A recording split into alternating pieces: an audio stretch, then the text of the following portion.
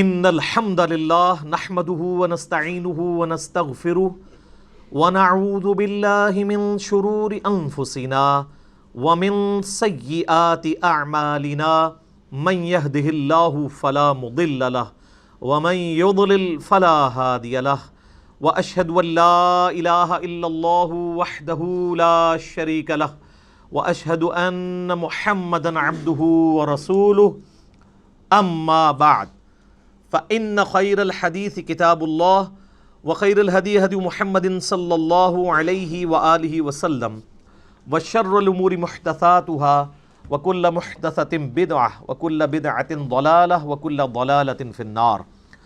أعوذ بالله السميع العليم من الشيطان الرجيم من همزه ونفخه ونفثه. بسم الله الرحمن الرحيم. رب اشرح لي صدري ويسر لي امري واحلل عقدة من لساني يفقهوا قولي. بسم الله الرحمن الرحيم. ان الله وملائكته يصلون على النبي يا ايها الذين آمنوا صلوا عليه وسلموا تسليما. اللهم صل على محمد وعلى آل محمد كما صليت على إبراهيم وعلى آل إبراهيم إنك حميد مجيد. اللهم بارك على محمد وعلى آل محمد كما باركت على إبراهيم وعلى آل إبراهيم إنك حميد مجيد. اللهم ربنا آتنا في الدنيا حسنة وفي الآخرة حسنة وقنا عذاب النار. ربنا آتنا من لدنك رحمة وهيئ لنا من أمرنا رشدا. لا إله إلا أنت سبحانك إني كنت من الظالمين. حسبنا اللہ ونعم الوکیل. یا حی یا قیوم برحمتک استغیث ولا حول ولا قوة الا باللہ العلی العظیم. آمین. الحمدللہ آج 27 اکتوبر 2019 کو سنڈے کے دن قرآن کلاس نمبر 02 میں ہم انشاءاللہ تعالی قرآن حکیم کا جو تعارف کا سلسلہ میں نے شروع کیا تھا اس میں 40 پوائنٹس ڈسکس کرنے تھے. 10 پوائنٹس ہم نے پچھلی دفعہ ڈسکس کر لیے تھے. آج کی 55 منٹ کی کلاس میں ہم انشاءاللہ 11 نمبر پوائنٹ سے آن ورڈ سٹارٹ کریں گے انشاءاللہ. علمی پوائنٹ نمبر 11 وہ ہے میرے بھائیوں، قرآن حکیم کا 2/3 حصہ جو ہے وہ مکی قرآن پر مشتمل ہے اور 1/3 حصہ مدنی قرآن پہ ہے.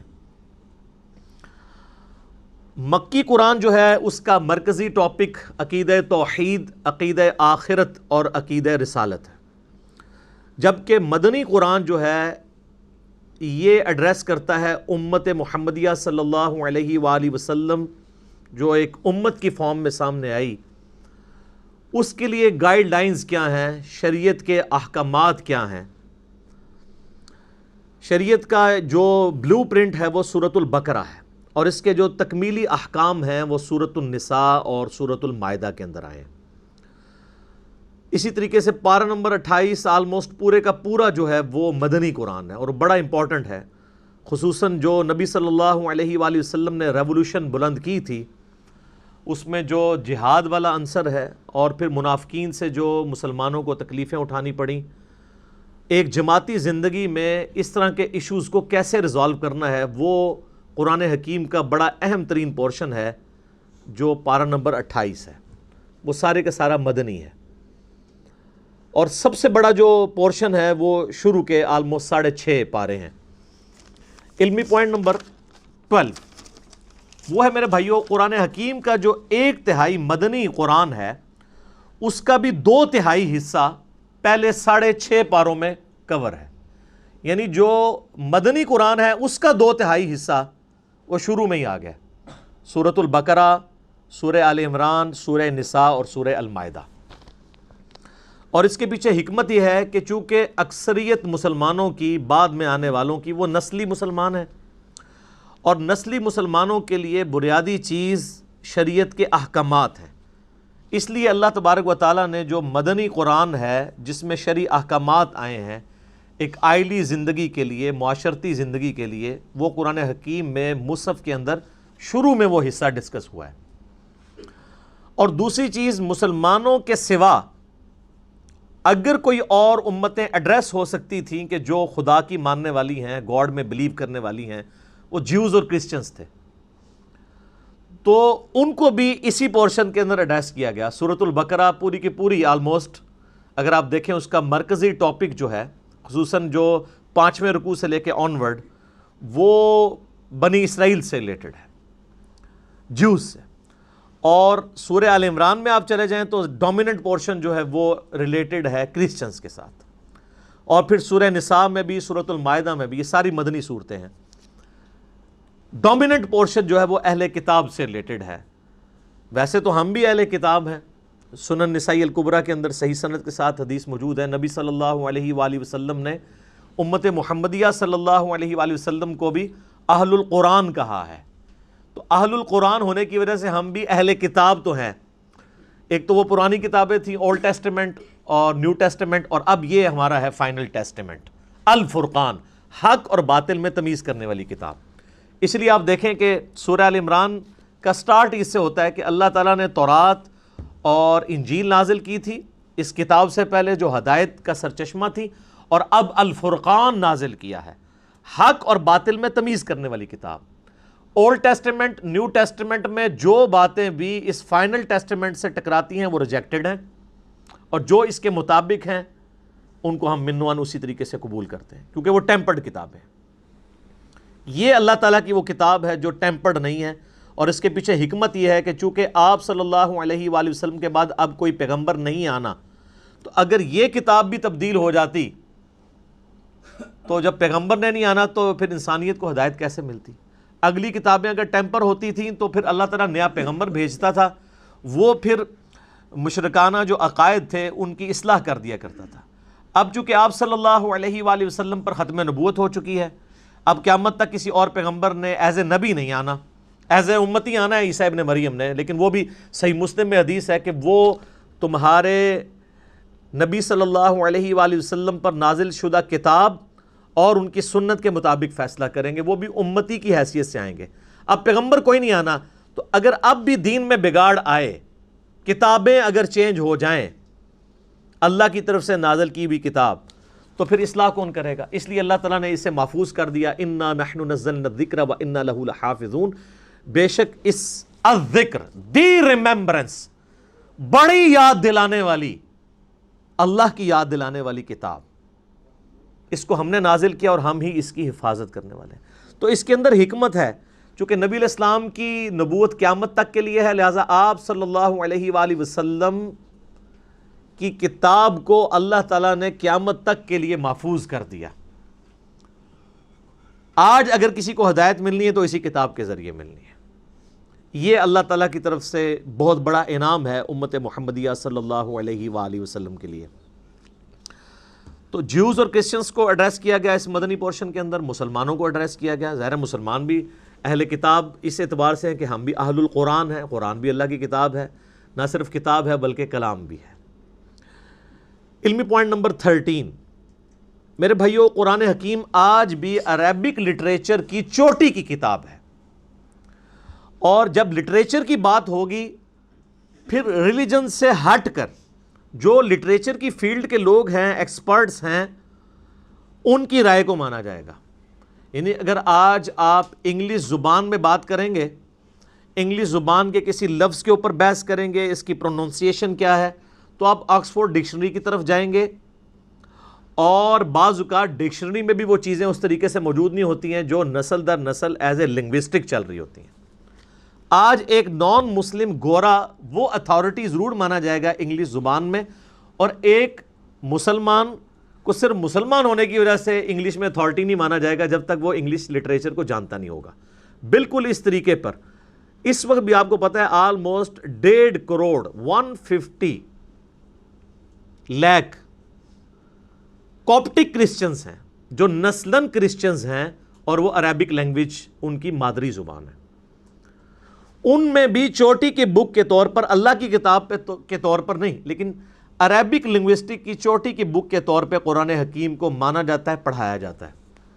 جوز بھی مانتے ہیں کہ یہ ان کے چلے یہ عقیدہ ہے کہ یہ نبی علیہ السلام کی یعنی لکھی ہوئی کتاب ہے، اللہ کی کتاب نہیں مانتے، لیکن وہ یہ مانتے ہیں کہ یہ عربک لنگوسٹک کا شاہکار ہے یہ کتاب۔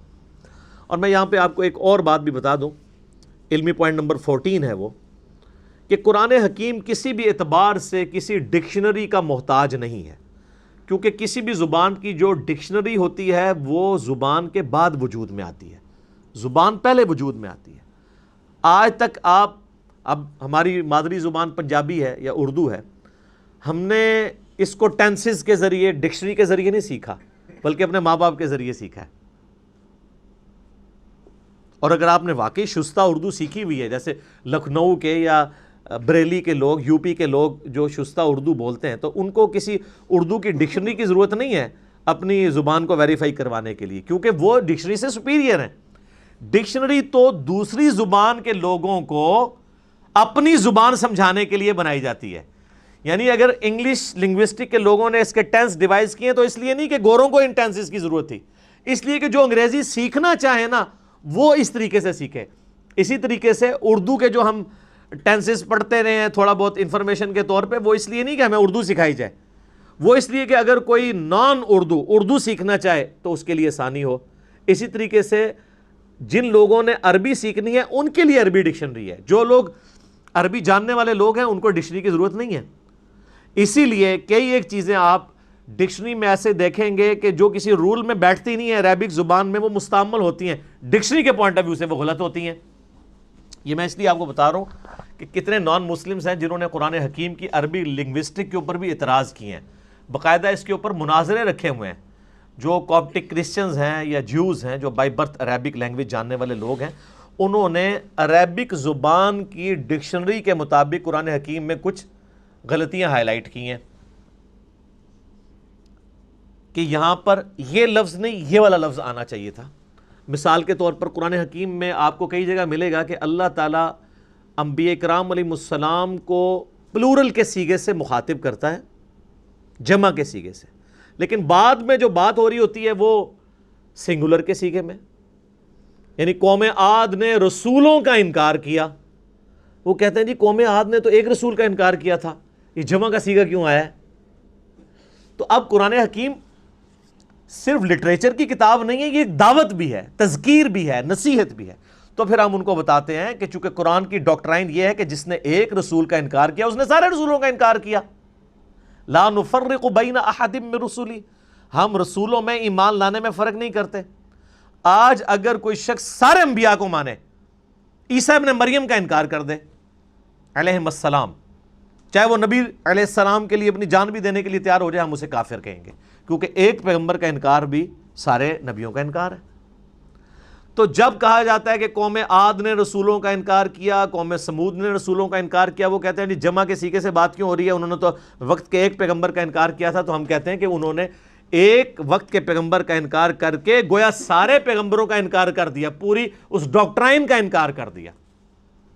تو اس طرح کی وہ پھر عربی لنگوسٹک کے اعتبار سے وہ غلطیاں نکالنے کی کوشش کرتے ہیں۔ تو یاد رکھیے گا کہ قرآن حکیم کی عربک کو کبھی بھی آپ نے عربی ڈکشنری سے نہیں سمجھنا، بلکہ عربک جو مستعمل ہے عرب کے بادیہ نشین لوگوں کی، اس کے مطابق سمجھنا، جو میں نے پچھلی دفعہ بتایا تھا کہ قرآن حکیم جو آراب تھے، پینڈو لوگ، گاؤں کے رہنے والے لوگ، بادیہ نشین ریگستانوں میں رہنے والے لوگ، ان کے ڈائلیکٹ میں قرآن حکیم نازل ہوا ہوا ہے، اور آج وہ اسی طرح کی عربی بولتے ہیں۔ ویسے تو قرآن حکیم کی برکت سے آلموسٹ عربک جو ہے وہ فریز ہو چکی ہوئی ہے۔ مصر کے اندر تھوڑا بہت فرق ہے عربک لینگویج کا، لیکن وہ چند ایک الفاظ میں پچھلی دفعہ ڈسکس کر چکا ہوں، اس لیے میں اس کو لے کے نہیں چلوں گا آگے۔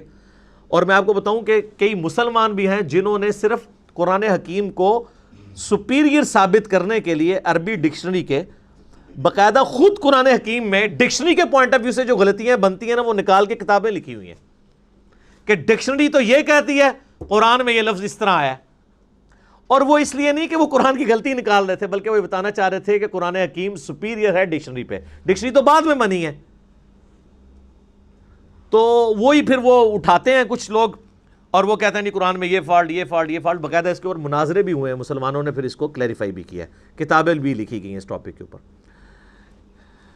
علمی پوائنٹ نمبر 15، قرآن حکیم میرے بھائیوں ہمارے محبوب صلی اللہ علیہ وآلہ وسلم نے اپنی مبارک زندگی میں خود لکھوایا تھا۔ اس کی ایک ایک آیت، اس کی صورتوں کی ترتیب، اور کس جگہ پہ کون سی آیت مکمل ہوتی ہے، کون سی صورت پہلے ہے کون سی بعد میں ہے، سورۃ الفاتحہ سے لے کر سورۃ الناس تک ایک ایک ٹائنیز ڈیٹیل یہ ہمارے محبوب صلی اللہ علیہ وآلہ وسلم نے خود لکھوائی ہے ریٹن فارم میں۔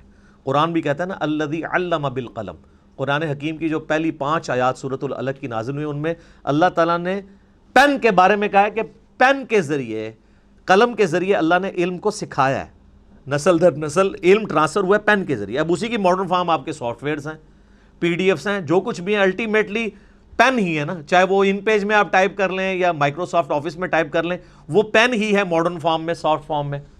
تو نبی علیہ السلام وہی لکھواتے تھے، پھر وہی لکھوانے کے بعد پھر آپ کراس چیک کرتے تھے۔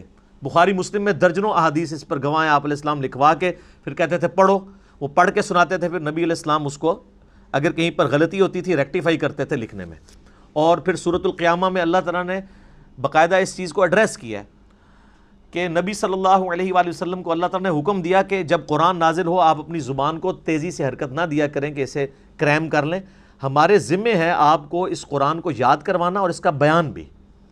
اس کانٹیکسٹ میں بخاری میں حدیث بھی ہے، عبداللہ ابن عباس کہتے ہیں کہ نبی علیہ السلام کے سینے پہ جب قرآن نازل ہوتا تو آپ اپنی مبارک زبان کو تیزی سے حرکت دیتے تھے، جو کچھ آپ کے سینے میں آتا تھا اسے بیان کرنے ریپیٹ کرتے تھے تاکہ میں کہیں بھول نہ جاؤں۔ تو اللہ تعالیٰ نے کہا یہ آپ بھولیں گے نہیں، یہ ہمارے ذمے ہے، قرآن کو یاد کروانا بھی اور اس کا بیان بھی، اس کی تشریح بھی سنت اور احادیث کی فارم میں، یہ اللہ تعالیٰ نے اپنے ذمے لیا۔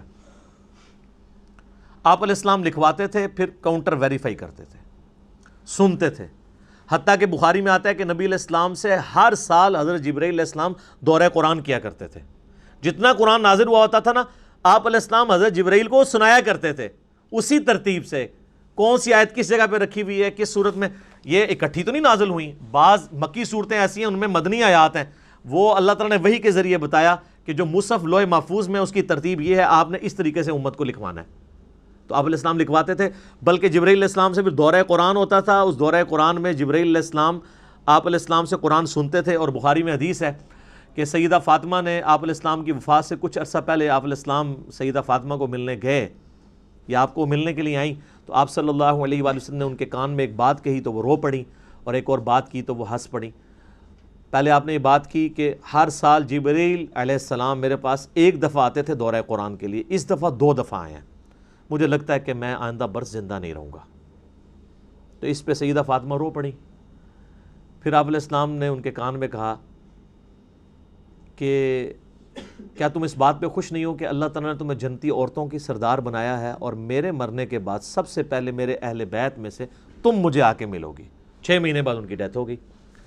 تو اس پہ سیدہ فاطمہ خوش ہوئی۔ یہ حدیث بخاری مسلم دونوں میں ہے۔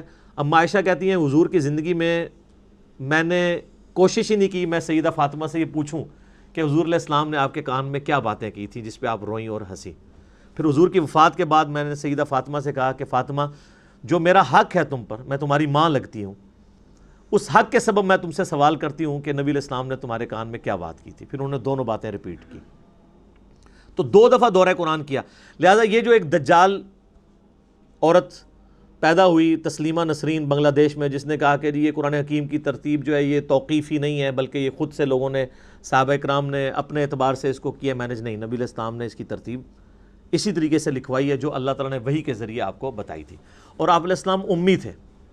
اچھا، امی کے لفظ کے اوپر بھی لوگوں میں نا ایک بڑا عجیب سا، بعض اسے گستاخی سمجھتے ہیں اور بعض دوسری ایکسٹریم پہ چلے جاتے ہیں۔ امی ہونا آپ علیہ السلام کا کوئی عیب نہیں ہے۔ امی آپ اس اعتبار سے بھی تھے کہ سورہ شورا میں، قرآن حکیم میں اللہ تعالیٰ نے سورہ شورا کے اندر مکہ کو ام القریٰ کہا ہے، بستیوں کی ماں، کیونکہ سینٹرل آپ کی بعثت خاصہ عرب کے لوگوں کے لیے تھی، اس وجہ سے بھی آپ امی ہیں۔ اور اس اعتبار سے بھی امی ہیں کہ آپ علیہ السلام نے کسی کی شاگردگی نہیں کی، آپ لکھنا پڑھنا نہیں جانتے تھے، اور یہ آپ کا عیب نہیں تھا، آپ کی خوبی تھی۔ ڈاکٹر اقبال کا شاعر ہونا ان کی خوبی ہے، لیکن نبی علیہ السلام کا شاعر ہونا ان کی خوبی نہیں ہے۔ قرآن میں اللہ تعالیٰ نے فرمایا سورہ یاسین میں، وَمَا عَلَّمْنَاهُ الشِّعْرَ وَمَا يَنبَغِي لَهُ، ہم نے ان نبی کو صلی اللہ علیہ وآلہ وسلم شعر کہنا نہیں سکھایا اور نہ ان کے شان ہے، کیونکہ اگر آپ شعر کہنا سیکھے ہوئے ہوتے تو لوگ کہتے کہ یار اتنے عرصے سے پریکٹس کر ہی رہا تھا تو ایک ریفائنڈ کتاب اس نے لکھی دینی تھی، کہ اس میں ملکوتی غنا، ایک ڈیوائن میوزک تو چلتا ہے، اگرچہ وہ برابر نہیں، آزاد نظم کا سٹائل ہے، لیکن بہرحال وہ ایک چیز تو ہے۔ الرحمن علم القرآن خلق الانسان علمہ البیان۔ تو نبی علیہ السلام نے پوری زندگی نہ کسی فلاسفر کی شاگردگی کی نہ کسی شاعر کی، اسی لیے تو لوگ پھر حیران ہوئے کہ یار یہ اللہ تعالیٰ کا کلام ہے۔ تو آپ امی تھے، اور یہ آپ کا عیب نہیں تھا، آپ کی خوبی تھی، اور اس کا ذکر اللہ تعالیٰ نے سورۃ العنکبوت میں کیٹاگوریکل اس حوالے سے مینشن کیا ہے کہ آپ علیہ السلام کی یہ خوبی کیسے بن گئی۔ سورۃ العنکبوت میں اللہ تعالیٰ نے آیت نمبر ہے یہ 48، اعوذ باللہ من الشیطان الرجیم، وما کنت تتلو من قبلہ من کتاب، اور اے نبی صلی اللہ علیہ وآلہ وسلم اس کتاب کے نزول سے پہلے آپ کسی کتاب میں سے کوئی چیز پڑھ نہیں سکتے تھے، یعنی آپ کی کمپیٹنسی نہیں کہ آپ پڑھ سکیں، ولا تخطہ بیمینک، اور نہ آپ اپنے دائیں ہاتھ سے کچھ لکھ سکتے تھے، نہ آپ لکھنا جانتے تھے نہ پڑھنا جانتے تھے۔ اذا لارتاب المبطلون، اگر ایسا ہوتا تو یہ بات شک والوں کو شک میں ڈال دیتی کہ یہ کتاب آپ نے خود لکھ لی ہے، اب تو کوئی کہہ نہیں سکتا کہ آپ لکھنا پڑھنا جانتے، تو یہ آپ نے کیسے کتاب لی؟ یہ آپ نے نہیں لکھی، اللہ نے آپ کے دل پر نازل کی۔ بل ہوا آیات بینات، بلکہ یہ تو اللہ کی آیات ہیں، فی صدور الذین اوتوا العلم، ان کے سینوں میں جن کو اللہ نے علم دیا ہے، وما یجحد بآیاتنا الا الظالمون، اور ہماری آیات سے تو انکار نہیں کرتے مگر ظالم لوگ، وقالوا لولا انزل علیہ آیات من ربی، اور یہ کہتے ہیں کہ اس نبی کو کوئی معجزہ کیوں نہیں ان کے رب کی طرف سے دیا گیا۔ اچھا یہ آیت قرآن میں درجنوں دفعہ آتی ہے، اور ایک بندہ حیران ہو جاتا ہے کہ ہم تو بچپن سے اتنے حضور کے معجزے سن رہے ہیں، اور قرآن میں بار بار کافر اعتراض یہی کر رہے ہیں کہ آپ کو معجزہ کیوں نہیں دیا گیا۔ معجزات ہیں بخاری مسلم میں، ٹینجیبل فارم میں، فزیکل فینومینا آف نیچر توڑنے والے حسی معجزات، لیکن قرآن حکیم میں جو وہ معجزات وہ ڈیمانڈ کرتے تھے نا، وہ سورہ بنی اسرائیل میں ہیں، جس میں میں نے 4 لیکچر دیے، مثلا number 131 A B C D، 9 معجزات وہ مانگتے تھے۔ وہ کہتے تھے ہمارے سامنے آسمان پہ چڑھ کے بتاؤ، اور صرف چڑھنے کو نہیں مانیں گے، اوپر سے ہمارے سامنے یوں کتاب لے کے نازل ہو، آپ یوں اشارہ کرو تو آپ کے لیے نہریں رواں ہو جائیں، باغات میں پھل اگنے شروع ہو جائیں۔ تو اللہ تعالیٰ نے ساری باتوں کے جواب میں کہا کہ تم کہہ دو میں ایک بشر ہوں، ایک انسان ہوں۔ تو معجزہ نبی علیہ السلام کا جس پہ دعوی نبوت ہے نا، وہ ایک ہے، وہ یہ کتاب ہے، کیونکہ قیامت تک کے لیے نبوت ہے۔ آج آپ علیہ السلام کی جو بخاری مسلم میں معجزات ہیں کہ آپ علیہ السلام نے پانی کے ایک پیالے میں ہاتھ رکھا تو 1500 صحابہ نے وہ پانی پیا، جانوروں کو پلایا، سٹور کر لیا، اور بخاری مسلم میں جابر بن عبداللہ کے الفاظ ہیں، واللہ اگر ہم 1,00,000 بھی ہوتے تو وہ پانی زیادہ تھا جو ایک پانی کے پیالے میں سے آپ کی مبارک انگلیوں سے نکل رہا تھا۔ اور واللہ یہ معجزہ جو ہے نا حضرت موسیٰ کے معجزے سے بھی بڑا ہے۔ حضرت موسیٰ علیہ السلام تو پتھر پہ آسا مار کے پتھر سے پانی نکل آتا ہے، گوشت میں سے پانی نہیں نکلتا، لیکن اس کو دعوی نبوت کے لیے کلیم نہیں کیا گیا، یہ تو صحابہ کے سامنے ہوا۔ دعوی نبوت کے لیے صرف قرآن ہے، کیونکہ ہم اس معجزے کی ویڈیو نہیں نا آج دکھا سکتے، کس طرح کلیم کریں؟ قرآن کی ہم کہتے ہیں یہ لے چیک کریں، اس کو سائنس پہ پیش کریں، کسی اعتبار سے چیک کریں۔ تو ادھر ہی اللہ تعالیٰ نے اس ٹروتھ کو ریویل کیا۔ یہ کہتے ہیں یہ کافر کہ نبی علیہ السلام پہ معجزہ کیوں نہیں نازل کیا گیا؟ قل انما الآیات عند اللہ، اے نبی فرما دیجئے کہ معجزے تو اللہ کے پاس ہیں، وانما انا نذیر مبین، اور میں تو صرف ڈر سنانے والا ہوں۔ اولم یکفیہم، کیا ان کے لیے یہ معجزہ کافی نہیں ہے؟ انا انزلنا علیک الکتاب یتلی علیہم، کہ ہم نے ان کے اوپر کتاب نازل کی ہے جو ان پہ تلاوت کی جاتی ہے۔ یعنی نبی علیہ السلام کا واحد معجزہ کیا ہے؟ قرآن۔ یہ بڑا مشکل ٹاپک ہے، کیونکہ اس ٹاپک کو ڈسکس کریں گے تو گستاخی کا فتویٰ لگ جائے گا۔ اچھا جی باقی معجزات کو نہیں مانتے؟ وہ مانتے ہیں، کلیم نہیں کرتے ان کو نبوت کی دلیل پہ، کیونکہ ہم اس کو پیش نہیں کر سکتے۔ کون فزیکلی اس کو چیک کروا سکتا ہے؟ آج جوس پیش کر سکتے ہیں حضرت موسیٰ علیہ السلام کا عصا نکال کے بھی لے آئے، وہ تابوت سکینہ میں کہتے ہیں پڑا ہوا ہے، لے آؤ، لاؤ اسے اجدا بنا کے بتاؤ؟ نہیں۔ عیسائی حضرت عیسیٰ علیہ السلام کے مردہ زندہ کرنے کو ویڈیو دکھا سکتے ہیں؟ تو ہم جس کی بنیاد پہ نبی علیہ السلام کے لیے پروفٹ ہونا کلیم کر رہے ہیں، ہم کہتے ہیں یہ لیں دیکھیں فزیکل فارم میں آپ کے سامنے یہ معجزہ ہے۔ تو یہ قرآن حکیم کی آیات اس پر ثبوت ہیں کہ یہ کتاب ہے جو معجزہ ہے۔ ان فی ذلک لرحمہ، اس میں ہے، بے شک اس میں ہے رحمت و ذکر لقوم یؤمنون، اور اس میں نصیحت ان کے لیے جو بات ماننا چاہیں گے. جو بات نہیں ماننا چاہتے ان کے لیے کوئی نصیحت نہیں ہے. جو بات ماننا چاہے گا اس کے لیے کتاب اللہ میں نصیحت ہے. تو یہ بڑا کریٹیکل ٹاپک ہے. اور اس میں آپ کو ضمناً بتا دوں, بخاری مسلم میں ڈیٹیلڈ احادیث ہیں. نبی علیہ السلام پہ جو پہلی وحی نازل ہوئی تھی غار حرا میں, وہ سٹارٹ یہ حدیث اس سے ہوتی ہے, مشکات میں آپ کو 30 جلد میں مل جائے گی, کہ جب نبی علیہ السلام کی مبارک زندگی کا 40واں سال آیا تو آپ صلی اللہ علیہ وآلہ وسلم کا اچانک دل دنیا سے اچاٹ ہو گیا. آپ بڑی ایک ڈائنامک لائف گزار رہے تھے, کامیاب مکے کے تاجر تھے, مکے کی امیر ترین عورت کے ساتھ آپ کی شادی ہوئی تھی, اور آپ ہر مکے کے رہنے والے ہر شخص کی آنکھوں کا تارا تھے, صادق اور امین تھے. اچانک ایک بندہ جو اتنا ایکسٹروورٹ ہو, گھر سے وہ کھانا پیک کر کے اور غار حرا میں جانا شروع ہو گیا, اور چند دنوں کے بعد فرشتہ آ گیا وہاں پہ. تو نیچے لوگوں نے یہ بھی سوچنا شروع کر دیا کہ یار یہ اکیلا غار میں بیٹھے رہتا تھا, ہو سکتا ہے اس پہ کوئی آسیب کا سایہ ہو گیا ہو. لیکن جب کلام سنا تو میں نے پچھلی دفعہ وہ زماد والی حدیث سنائی تھی نا, تو کتنا اثر ہوا ان کے اوپر. تو سیدہ خدیجہ کھانا باندھ کے دیا کرتی تھی. آپ کے بزرگ تو 2 سال تک کچھ کھاتے نہیں ہیں, لیکن نبی صلی اللہ علیہ وآلہ وسلم اپنا کھانا گھر سے لے کے جایا کرتے تھے. یہ ہے سچائی جو بخاری مسلم میں, وہ ہیں کہانیاں. تو وہاں پہ سیدہ عائشہ کے الفاظ ہیں بخاری مسلم دونوں میں, کہ آپ پہ جب پہلی وحی نازل ہوئی تو فرشتہ انسانی شکل میں آیا اور اس نے آپ علیہ السلام کو کہا اقرا, پڑھ. تو نبی علیہ السلام نے کہا ما انا بقاری, میں تو پڑھا لکھا نہیں ہوں, امی تھے آپ. دوسری بار کہا, تیسری بار کہا, پھر اس نے آپ علیہ السلام کو سینے سے لگایا اور بھینچا, اور پھر کہا اقرا بسم ربک الذی خلق خلق الانسان من علق, اقرا, اور آگے وہ یعنی 5 آیات پوری. تو پھر نبی علیہ السلام نے اس کو ریپیٹ کیا. اس حدیث میں یعنی ان لوگوں کے موقف کو تائید حاصل ہوتی ہے جن کا یہ موقف ہے کہ نبی علیہ السلام کے سامنے کوئی لکھی ہوئی تختی پہ یہ آیات لائی گئی تھی. کیونکہ اگر اقرا سے مراد یہ ہوتا کہ میرے پیچھے پیچھے ریپیٹ کرو, وہ تو بچہ بھی ریپیٹ کر لیتا ہے. اس کے لیے اس کو یہ نہیں کہنا پڑتا, اس کی زبان ہے کہ میں پڑھا ہوا نہیں ہوں. یعنی کوئی چیز ریٹن فارم میں آپ کے سامنے لا کے رکھی گئی اور آپ کو کہا گیا. اور یہ بھیجنے کی برکت یہ ہوئی کہ آپ علیہ السلام نے وہ لکھا ہوا بھی پڑھ لیا. لہٰذا یہ جو سورۃ العنکبوت کی آیت ہے نا, کہ اس قرآن کے نزول سے پہلے آپ کتاب سے کچھ پڑھ نہیں سکتے تھے, تو اس کا مطلب ہے اس کتاب کے نزول کے بعد اللہ نے آپ کو یہ معجزہ بھی دے دیا کہ آپ پڑھ لیتے تھے. یہ ڈائریکٹ استعداد آپ کے اندر پیدا ہو گئی. پھر آپ نے وہ آیات پڑھی, پھر آپ واپس آئے کانپتے ہوئی حالت میں, سیدہ خدیجہ کو کہا مجھے کمبل اڑا دو, انہوں نے تسلی دی. بخاری مسلم کے الفاظ ہیں کہ آپ یتیموں کے پر سرے جو ہے وہ شفقت, دست شفقت رکھتے ہیں, آپ محتاجوں کا جو ہے وہ حاجت پوری کرتے ہیں, آپ مہمان نوازی کرتے ہیں, آپ جو تنگ دست لوگ ہیں ان کی مدد کرتے ہیں. اللہ تعالیٰ آپ کو کبھی بھی بے یار و مددگار نہیں چھوڑے گا. پھر وہ ورقہ ابن نوفل جو ان کے کزن تھے, جو ایک کرسچن تھے, ان کے پاس لے گئیں. انہوں نے جب یہ باتیں سنی تو انہوں نے کہا یہ وہی ہے جو موسیٰ علیہ السلام کے پاس آئی تھی, عنقریب آپ کی قوم آپ کو اس شہر سے نکال دے گی. تو نبی علیہ السلام نے کہا مجھے یہ نکال دیں گے, یہ تو مجھ سے بڑی محبت کرتے ہیں. انہوں نے کہا آپ سے پہلے جس نے بھی توحید کی بات کی ہے اس کے ساتھ اس کی قوم نے یہی کچھ کیا.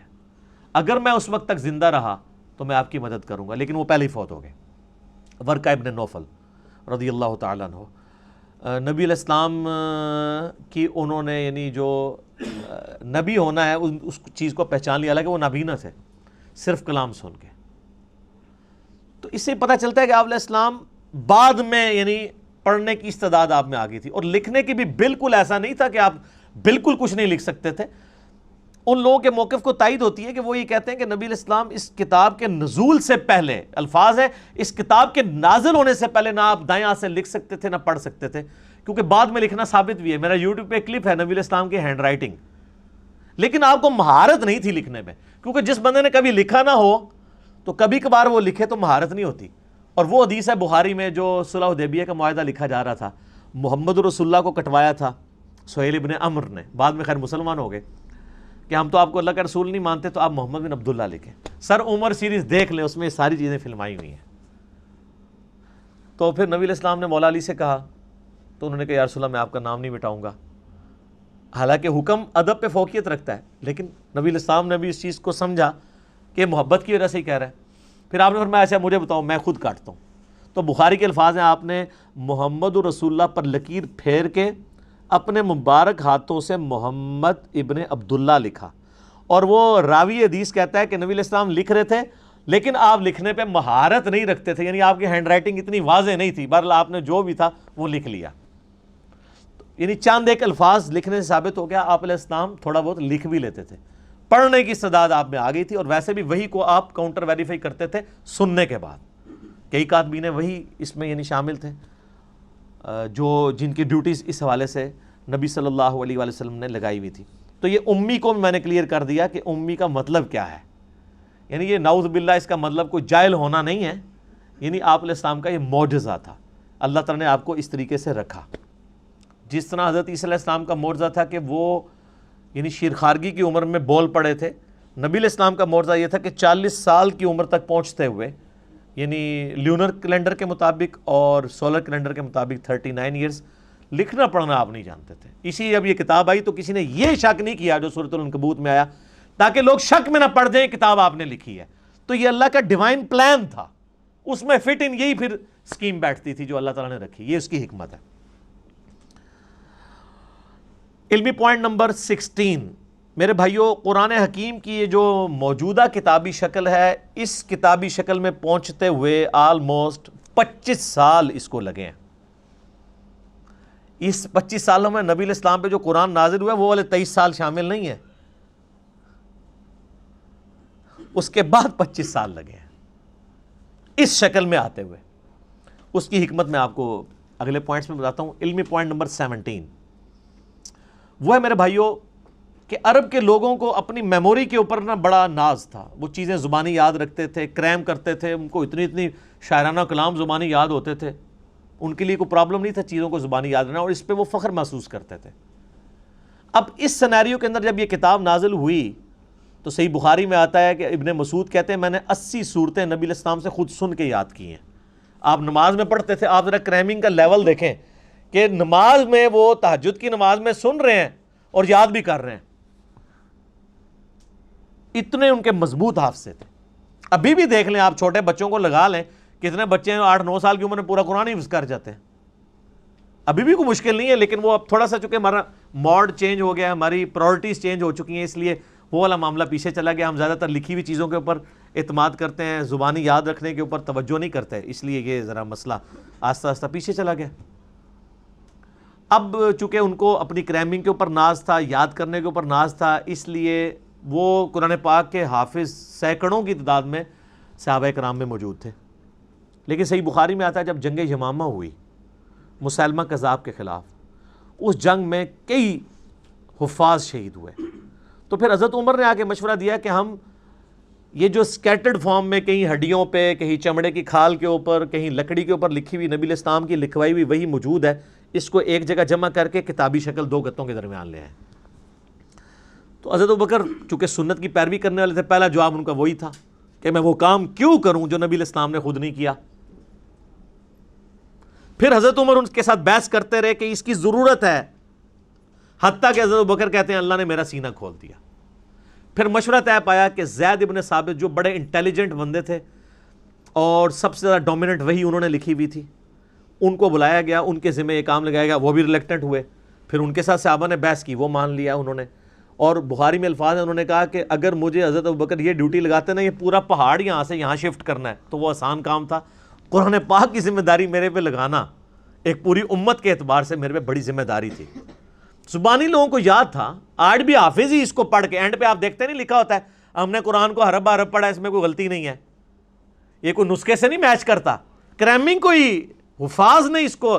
لیکن حضرت ابوبکر یہ چاہتے تھے جو نبی علیہ السلام نے اپنے نوٹس لکھوائے ہیں اس کے ساتھ کاؤنٹر ویریفائی کیا جائے، اور اس کے لیے طے پایا کہ ریٹن ریکارڈ موجود ہونا چاہیے. جو بھی آپ اس میں لکھیں گے اور کم از کم 2 بندے اس کو ریٹن میں جسٹیفائی کریں گے. لیکن اس میں ایک آیت ایسی تھی کہ جس کا ریٹن ریکارڈ صرف ایک بندے کے پاس تھا. صحیح بخاری میں آتا ہے وہ تھے حضرت خزیمہ ابن ثابت انصاری. رضی اللہ تعالیٰ عنہ، اور کسی کے پاس مل نہیں رہا تھا۔ صحابہ کو یہ اجداج سے پتا تھا، کیونکہ الفاظ ہیں کہ گم پائی، تو گم وہی بندے کو پتا ہوتا ہے جس کو یاد ہو کہ میں نے سنی ہوئی ہے اور اب لکھی بھی نہیں مل رہی۔ جب یاد بھی نہ ہوتا، اس کے بعد صحابہ کو اجداج میں تھی کہ یہ آیت ہے، ریٹن فارم میں حضرت خزیمہ کے پاس ملی، دوسرا کوئی گواہ نہیں تھا۔ پھر صحابہ کو یاد آیا کہ ان کی تو گواہی حضور نے 2 کے برابر کی ہوئی ہے، اور وہ معجزہ آپ کی وفات کے بعد ظاہر ہوا۔ یہ پروفیسیز اور جو علامات النبوہ ہیں، اور وہ واقعہ بڑا مشہور ہے۔ نبی علیہ السلام نے ایک یہودی کے ساتھ ایک جانور کا سودا کیا۔ آپ گھر جب رقم لینے کے لیے، مال لینے کے لیے گئے، پیچھے سے کسی نے اس کو زیادہ قیمت لگا دی، وہ مکر گیا۔ آپ علیہ السلام واپس آئے تو اس نے کہا آپ نے سودا ہی نہیں کیا۔ آپ نے فرمایا تم مجھے نہ دو لیکن کم از کم مجھے جھوٹا تو نہ کرو۔ انہوں نے کہا نہیں، آپ نے سودا ہی نہیں کیا، اگر کیا تو گواہ لائیں۔ گواہ کوئی بھی نہیں تھا۔ تو حضرت خزیمہ وہاں سے گزر تھے، انہوں نے کہا میں گواہی دیتا ہوں کہ تم نے سودا کیا۔ معاملہ رفع دفع ہو گیا۔ جب وہ چلا گیا تو حضور نے کہا تم نے کیوں گواہی دی صلی اللہ علیہ وسلم؟ ان کا یا رسول اللہ میں نے آپ کے کہنے پہ اتنی بڑی بڑی گواہیاں دی ہیں، تو یہ تو بہت چھوٹی گواہی ہے، آپ کی شخصیت کو جب میں نے مان لیا۔ یعنی ہمارے پورے دین اسلام کی بنیاد جو ہے نا، وہ رسول اللہ پہ کھڑی ہوئی ہے صلی اللہ علیہ وسلم۔ اس قرآن کو ہم نے اللہ کی کتاب کس کے کہنے پہ مانا ہے؟ نبی صلی اللہ علیہ وسلم کے کہنے پہ۔ قبر کے عذاب کو، آخرت کے معاملات کو، جنت کو، یہ ساری چیزیں آپ کے کہنے۔ تو ان کا جب میں نے اتنی بڑی بڑی چیزیں، یہ تو چیز ہی کوئی نہیں۔ تو آپ علیہ السلام نے پھر ان کو آنری طور پہ فرمایا تھا کہ ہر معاملے میں 2 گواہوں کی ضرورت ہے۔ جہاں میرا خزیمہ ایک آ گیا نا، تو اس کی گواہی 2 کے برابر مان لینا۔ اور وہ سر حضرت ابوبکر کے دور میں معجزہ ظاہر ہوا، بخاری میں موجود ہے۔ وہ پھر اللہ تعالیٰ کے نبی علیہ السلام کو اللہ تعالیٰ نے یہ زندہ معجزہ امت تک ٹرانسفر کیا کہ ان کی گواہی کے اوپر وہ پھر آیات قرآن حکیم میں داخل کی گئی۔ لَقَدْ جَاءَكُمْ رَسُولٌ مِّنْ أَنفُسِكُمْ، یہ والی آیات، اور ایک روایت میں کسی دوسری آیت کا ذکر آتا ہے۔ بہرحال تو یہ ریٹن ریکارڈ کو سامنے رکھا جاتا تھا، اور پھر میچ کر کے تو پھر ایک مصحف تیار کیا گیا۔ وہ مصحف پوری زندگی حضرت ابوبکر کے پاس رہا، حضرت ابوبکر کی وفات کے بعد حضرت عمر کے پاس رہا۔ حضرت عمر نے اپنی وفات کے بعد ام المومنین اور اپنی بیٹی سیدہ حفصہ کو دے دیا، اور یہ سیدہ حفصہ کے پاس وہ مصحف تھا جو حضرت بکر نے لکھوایا۔ یہ بخاری کی حدیث یہاں پہ کنکلوڈ ہو جاتی ہے۔ اب اگلا پوائنٹ، علمی پوائنٹ نمبر 18، وہ ہے کہ قرآن حکیم کی جو قرات ہے، اس کو قریش کی قرات میں سیدنا عثمان غنی رضی اللہ تعالیٰ عنہ نے اسٹیبلش کر کے باقی ساری کی ساری جو ڈائلیکٹ تھے اس میں اگر ریٹن فارم میں بھی تھیں، وہ سارے کے سارے نسخے جلوا دیے تاکہ امت میں اختلاف نہ پیدا ہو۔ وہ بخاری میں حدیث ہے، حذیفہ ابن یمان کہتے ہیں کہ ہم نے آذربائیجان کی جنگ کے لیے، یعنی رشیا کی طرف جب حملہ کرنے لگے حضرت عثمان کے دور میں، تو ہم نے جو رومن اور پرشین امپائر جو مسلمانوں کے انڈر آ چکی تھی قادسیہ اور یرموک کے بعد، ان علاقوں میں ہم لوگوں کو ابھار رہے تھے جہاد کے لیے۔ جب وہاں پہنچے تو ہم نے لوگوں کو دیکھا کہ وہ ایک ہی قرآن کی صورت کو مختلف ڈائلیکٹ میں پڑھ رہے ہیں، چونکہ ظاہر ہے وہ سارے نان عربک مسلمان ہوئے ہوئے تھے نا، جس میں آج بھی اے بے تے پڑھ رہے ہوتے ہیں ہمارے لوگ۔ تو حضرت حذیفہ ابن یمان آئے، کہا، بخاری کے الفاظ ہیں، اے امیر المومنین امت کو تباہی سے بچائیں، امت میں تو اختلاف پیدا ہو جائے گا اس طریقے سے۔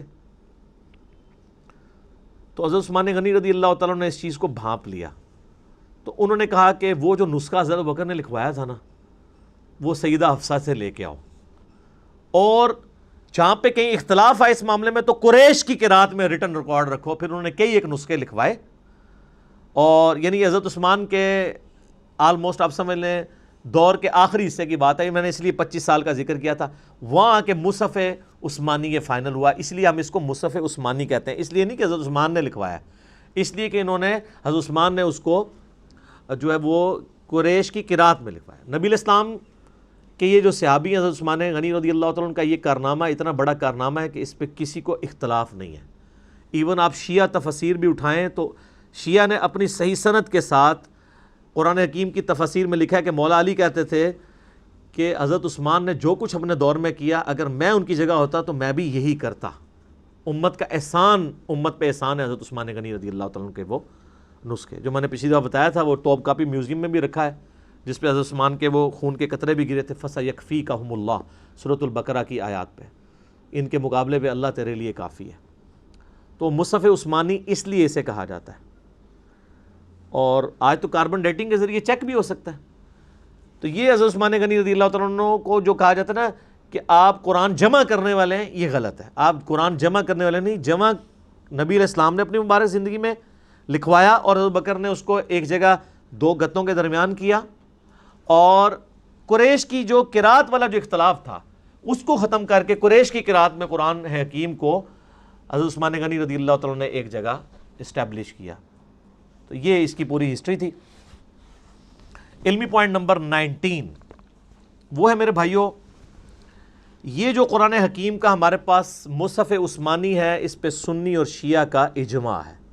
یہ بڑا پراپوگنڈا ہوتا ہے مناظروں میں بھی کہ جی شیعہ اس قرآن کو نہیں مانتے، اور آپ کو حیرانگی ہوگی کہ شیعہ سنیوں کے اوپر بھی اعتراض کرتے ہیں کہ سنی قرآن میں تحریف مانتے ہیں. وہ میرا آپ یوٹیوب پہ کلپ دیکھ لیں کیا شیعہ کافر ہیں، تو میں نے اس میں یہ ساری چیزیں کھولی ہیں. پریکٹیکلی اس وقت پوری دنیا کے پاس یہی قرآن ہے، مشرق سے لے کر مغرب تک، شمال سے جنوب تک. انڈونیشیا کا مسلمان ہو، افریقہ کا مسلمان ہو، رشیا کا ہو، امریکہ کا ہو، سب کانٹیننٹ کا ہو، کہیں سے قرآن پڑھنا شروع کریں، آیت آدھی پڑھیں چھوڑ دیں، اگلی آیت وہ پڑھے گا. دنیا میں اس وقت ملینز آف حفاظ موجود ہیں. کوئی دوسری رائے نہیں ہے قرآن حکیم میں کہ کوئی کہ کوئی آیت یہ آیت ادھر نہیں تھی ادھر ہے، یا آیت کے الفاظ جو ہے وہ غلط طریقے سے کوئی پڑھتا ہو. یہ مصحف عثمانی جو میرے ہاتھ میں ہے، یہ بلو بائنڈنگ میں آپ دیکھ رہے ہیں. یہ شاہ فہد پرنٹنگ پریس سعودیہ سے شائع ہوا ہے، اور یہ کاتب نے کمال رائٹنگ، یہ خط نسق میں لکھا ہوا ہے، جو ہم تاج کمپنی والی جو رائٹنگ ہے جو ہم یہاں سب کانٹیننٹ کے لوگ پڑھ سکتے ہیں. محمدی بولڈ فونٹ جسے کہتے ہیں، آلموسٹ اس کے قریب قریب ہے، بل اتنا نہیں ہے. وہ عرب کے لوگ تو وہ ٹریڈ عربک فونٹ چلتا ہے جس کو یہاں کے لوگ اتنی آسانی سے، یہ انہوں نے بلو بائنڈنگ میں سعودیہ والوں نے سب کانٹیننٹ کے لوگوں کے لیے اور باقی لوگوں کے لیے چھاپا ہوا ہے. اور گرین جو بائنڈنگ ہے گرین کلر کی، اس میں انہوں نے عرب کے لوگوں کے لیے، اس میں عربی دوسرے سٹائل میں لکھی ہوئی ہوتی ہے، وہ چپٹی سی خط ریحان ٹائپ کی. یہ بلو بائنڈنگ میں، اور یہ کاتب ہے دمشق کا، شام کا، اس کا نام ہے عثمان طاہا. یہ اس کاتب نے لکھی ہے، اور کمال اس نے لکھا ہے، ایسے انداز میں اس نے رائٹنگ کی ہے کہ ہر صفحے پہ آیت ختم ہو رہی ہے. یہ کتنا بڑا کمال ہے کہ آلموسٹ آپ یہ دیکھ لیں کہ یہ قرآن حکیم جو میرے پاس مصحف ہے، اس کے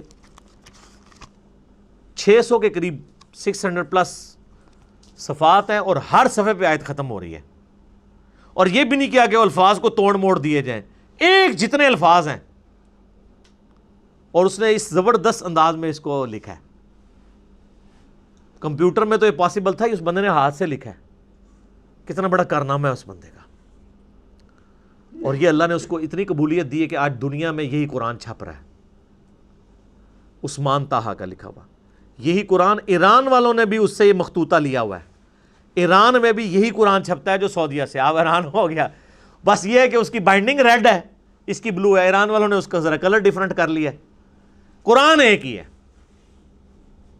اچھا، آپ کو پڑھایا گیا جو شیعہ 40 پارے مانتے ہیں، قرآن ہو رہا ہے. آج تک آپ نے خود جا کے کبھی شیعہ کی کسی امام بارگاہ میں جا کے قرآن اٹھا کے چیک کیا؟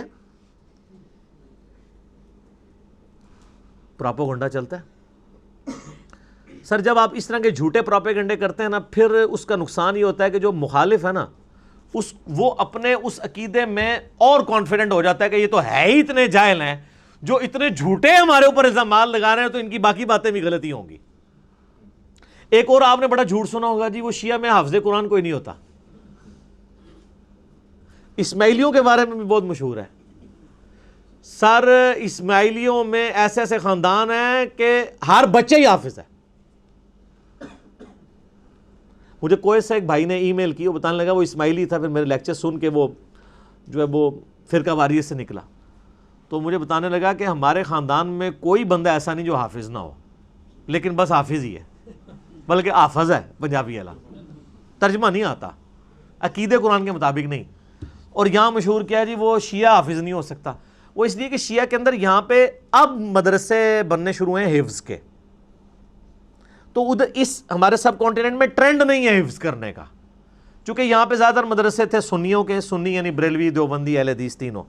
یہاں پہ وہ حفظ کرواتے تھے، پورا سسٹم چل رہا، تو ظاہر ہے وہ حافظ ہی بن کے نکلنے تھے. تو لیکن ایران میں آپ چلے جائیں، وہاں حفظ کے مدرسے ہیں، ہزاروں حافظ ملیں گے آپ کو. یہاں پہ بھی اب انہوں نے کچھ سلسلہ شروع کیا تو حفاظ ملیں گے. ہمارے پاس ہمارے وہ جو حیدر بھائی آتے ہیں، وہ قم یونیورسٹی سے پڑھے ہوئے ہیں، تو وہ حافظ بھی ہیں. اور ماشاءاللہ بہترین پروننسیشن ہے ان کی.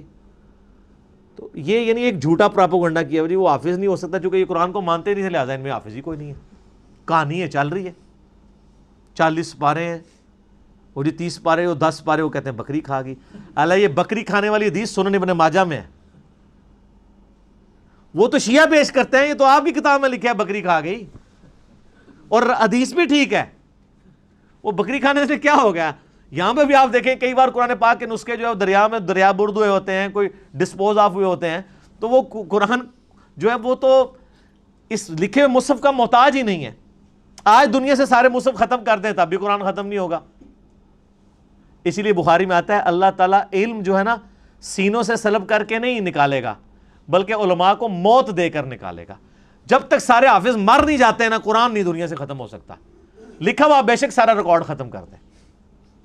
یہ اللہ تعالیٰ نے غیر معمولی حفاظت لی ہے. اسی لیے اب میں آپ کو بتا رہا ہوں کہ مصحف لکھتی کمپنی ہے تاج کمپنی یا ضیاء القرآن پبلیکیشن یا قدرت اللہ کمپنی, لیکن اس کو سرٹیفائی حافظ قرآن کرتا ہے کہ یہ صحیح لکھا ہوا ہے.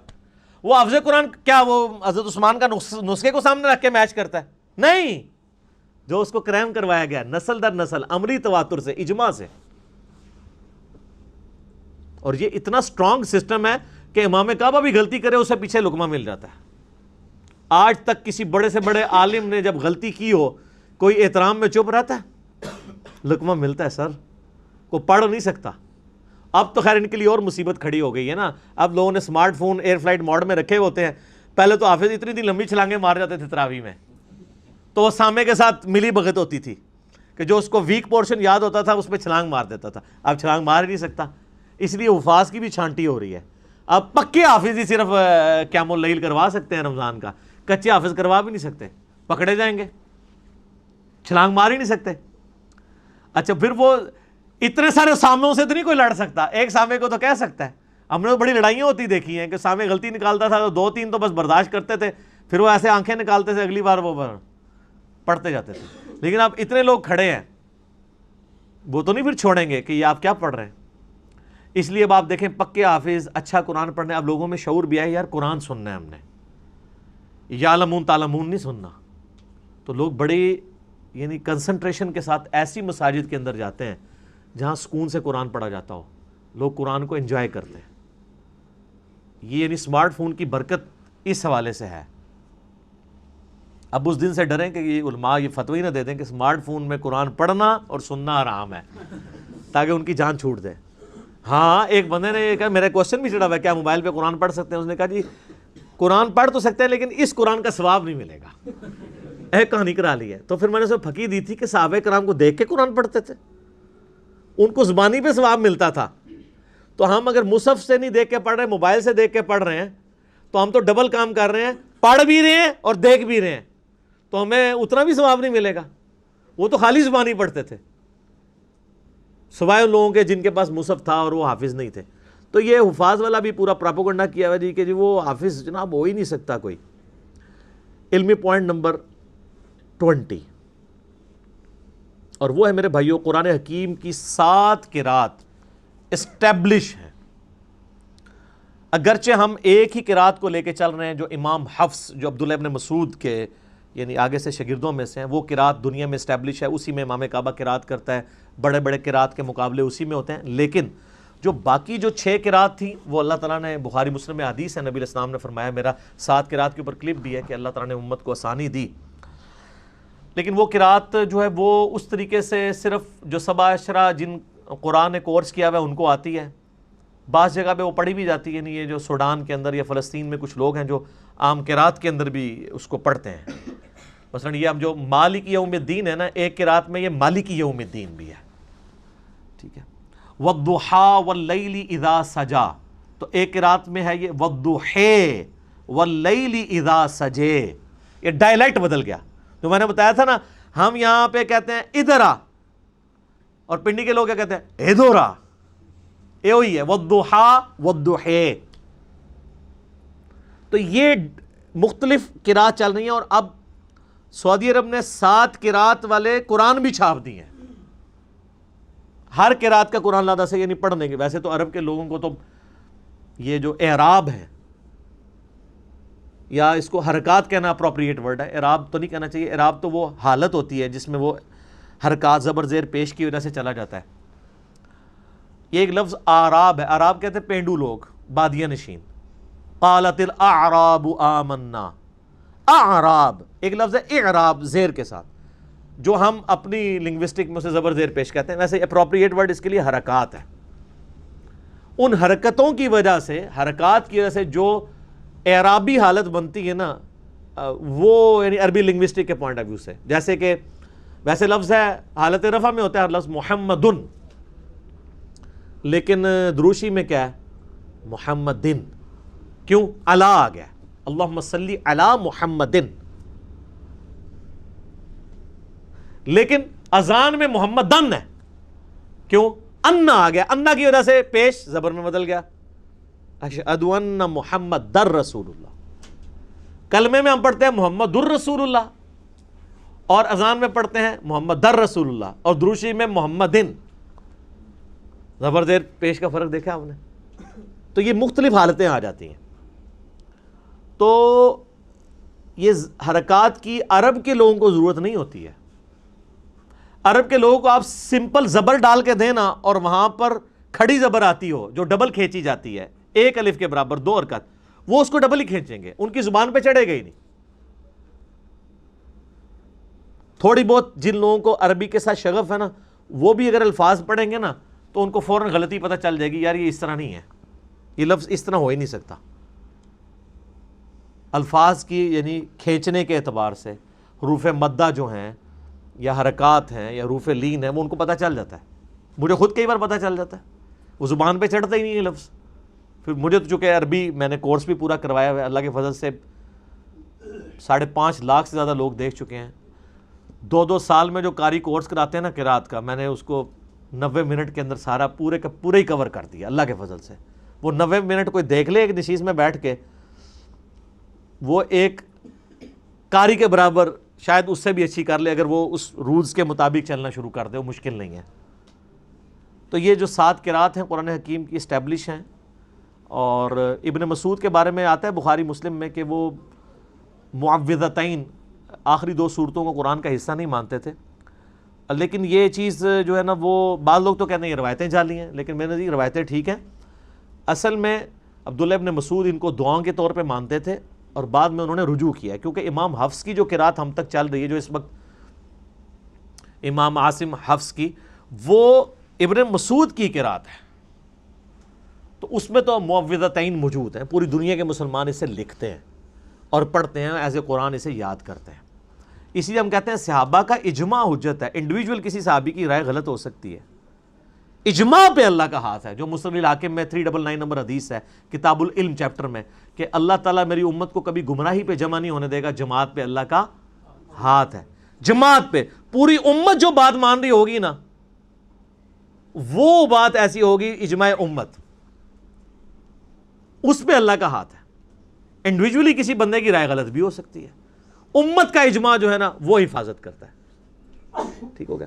تو یہ 7 قرات والا ایک بڑا کریٹیکل ایشو ہے. میں نے اسی لیے اس کے اوپر حدیثیں بھی بخاری مسلم کی پیش کر کے نا ایک 7 قرات کا مسئلہ آپ یوٹیوب پہ لکھیں، 7 قرات کا اختلاف، ایک ویڈیو ریکارڈ کروا دی ہے. کیونکہ بعض لوگ غیر مسلم بھی اعتراض کرتے ہیں 7 قرات کی. ایسے وہ کہتے ہیں آپ کا کلیم ہے کہ قرآن کا ورژن کوئی نہیں ہے، قرآن ایک ہی ہے پوری دنیا میں، پھر 7 قرات کہاں سے آ گئی؟ اور پھر سعودیہ والوں نے 7 قرات چھاپ بھی دی ہیں اب ریٹن فارم میں. اب وہ لا کے دکھاتے ہیں، وہ کہتے ہیں جی دیکھیں جی آپ کے قرآن میں تو یہ لفظ ایسے لکھا ہے، اس میں تو یوں لکھا ہوا ہے.